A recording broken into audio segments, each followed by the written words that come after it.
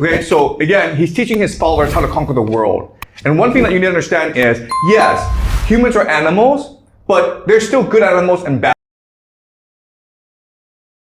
Be loyal. So if you treat a good animal well, that animal will be loyal to you forever. Okay.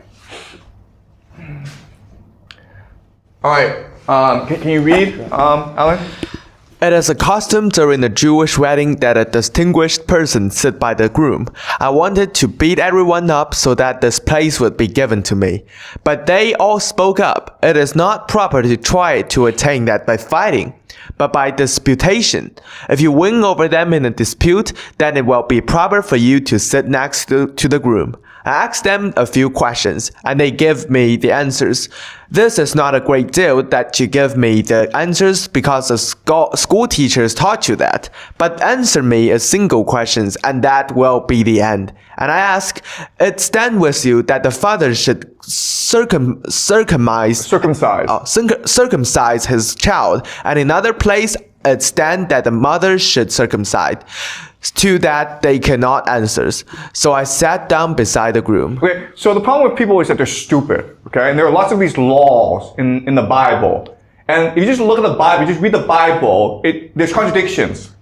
But the Jews believe, oh no, the Bible is the Word of God. But if it's the Word of God, why are there so many contradictions in the Bible? Okay, and all you have to do is reveal these contradictions to the Jews, and they'll just shut up and obey you, right? So what he's telling his followers is, if you want to win the world, you cannot win the world through violence and power because there's too many enemies. If you want to win the world, you do so through argument, through learning, by showing the stupidity of people. And this is very effective, okay? So he's telling his followers, go become lawyers, man. Go become scholars. And at some point in the 19th century in Warsaw, all the top lawyers in Warsaw are Frankists, okay? Because Frankists teach you how to think for yourself, how to think critically.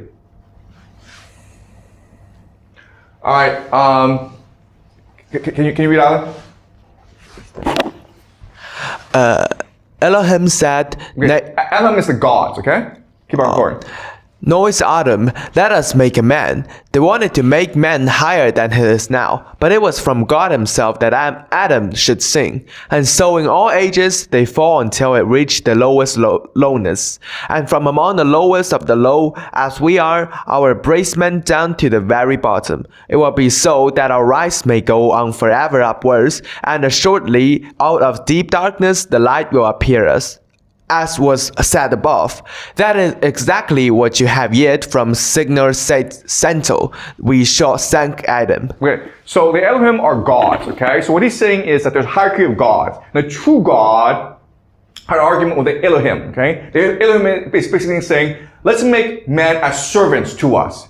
So the man should be imbued with both spirit and a bit of flesh. And God says, no, I want man to be all flesh, to be all pleasure. Okay, why? Because that will allow man to sin. And the more they sin, what they will do is learn wisdom and knowledge. That's a secret to mortals. Because we can sin, we can learn knowledge in a way that the gods cannot.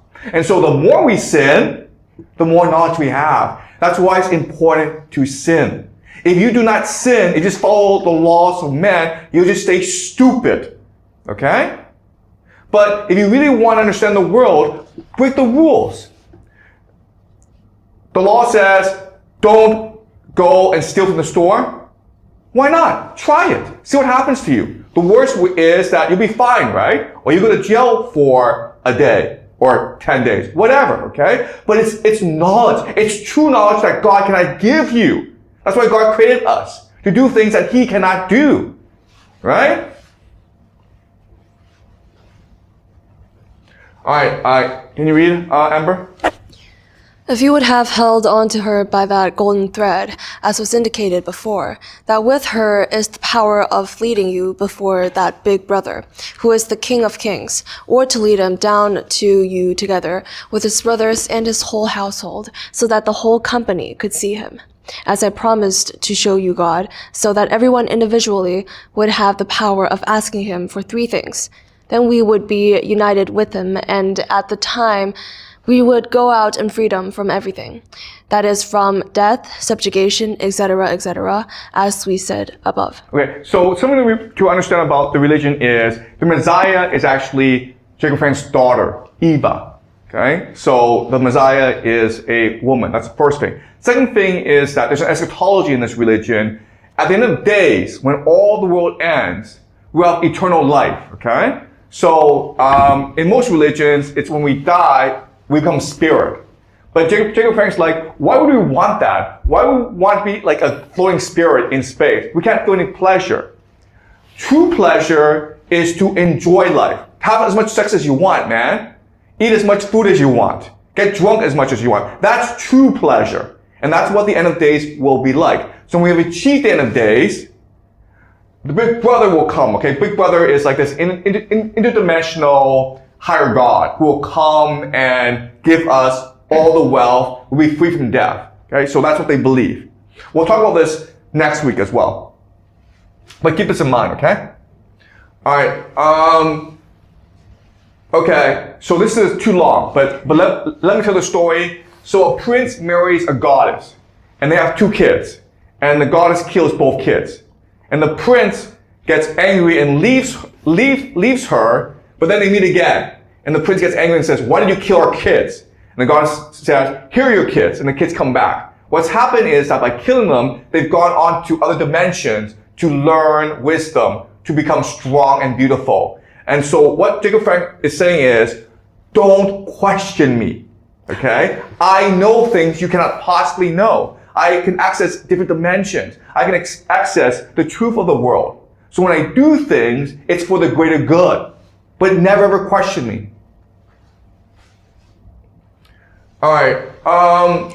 This is actually an important story, okay? So Amber, can you read it, please?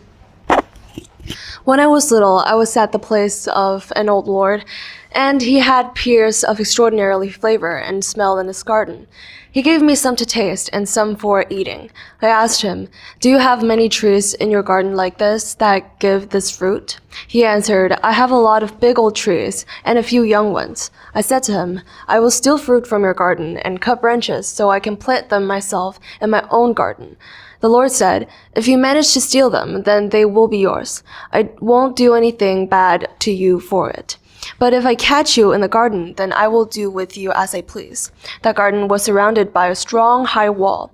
Taking a long pole, I measured the height of the wall, and having gathered some lads in the woods, I had them make a ladder for that height. Having immediately concluded that there must be some kind of trick here, when I got there, I first climbed up the ladder, and I noticed a long cord lying along the wall. I concluded immediately that there was some kind of trap, not threading on the cord at all. I looked for the place where it ended, and I noticed that at the end of the cord there hung a pistol, attached so that whoever moved the cord, immediately the weapon would fire, and the report would give a sign. Immediately I caught hold of the hammer, unwounded, and having emptied the pen, cut the pistol off the cord and took it for myself. Then thereafter, I ordered my lads to climb the wall, and we stole whatever we wanted. I cut 3 branches off its tree, too, and carried them off to my garden. In the morning, the Lord seized and recognized the theft. Thereafter, he posted a lot of guards to stand watch in the garden at night. What did I do? I went with my boys, and we all stood round the wall and fired guns, so that we did not allow the guards to sleep. I did this for 3 nights, night after night, the guards being worn out. I didn't go to the 4th night. The guards settled down to sleep. Thereafter, I returned with my peasants and began to steal. That lord sent for me, but I would go only with one who had been there at the conversation. When I got there with him, the nobleman began to get mad at me. Then that other said, but you have such an agreement. And so there was peace between us. Okay, so this is a really important story, okay? So let me explain why. First of all, it's a rewriting of 2 different stories. It's a rewriting of the story of the Garden of Eden, right? When God told Adam and Eve, don't eat the fruit.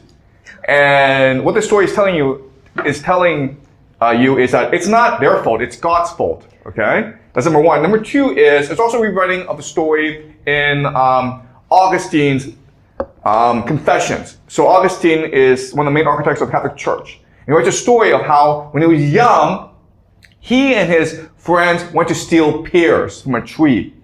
And they stole the pears, and then he recognized that, oh, he did this not because he was hungry or because the pears were tasty. It's because he's an evil person. Okay? And what James Frank is saying is, that's a stupid story. What God wants us to do is to break the rules of man so we can be more wealthy.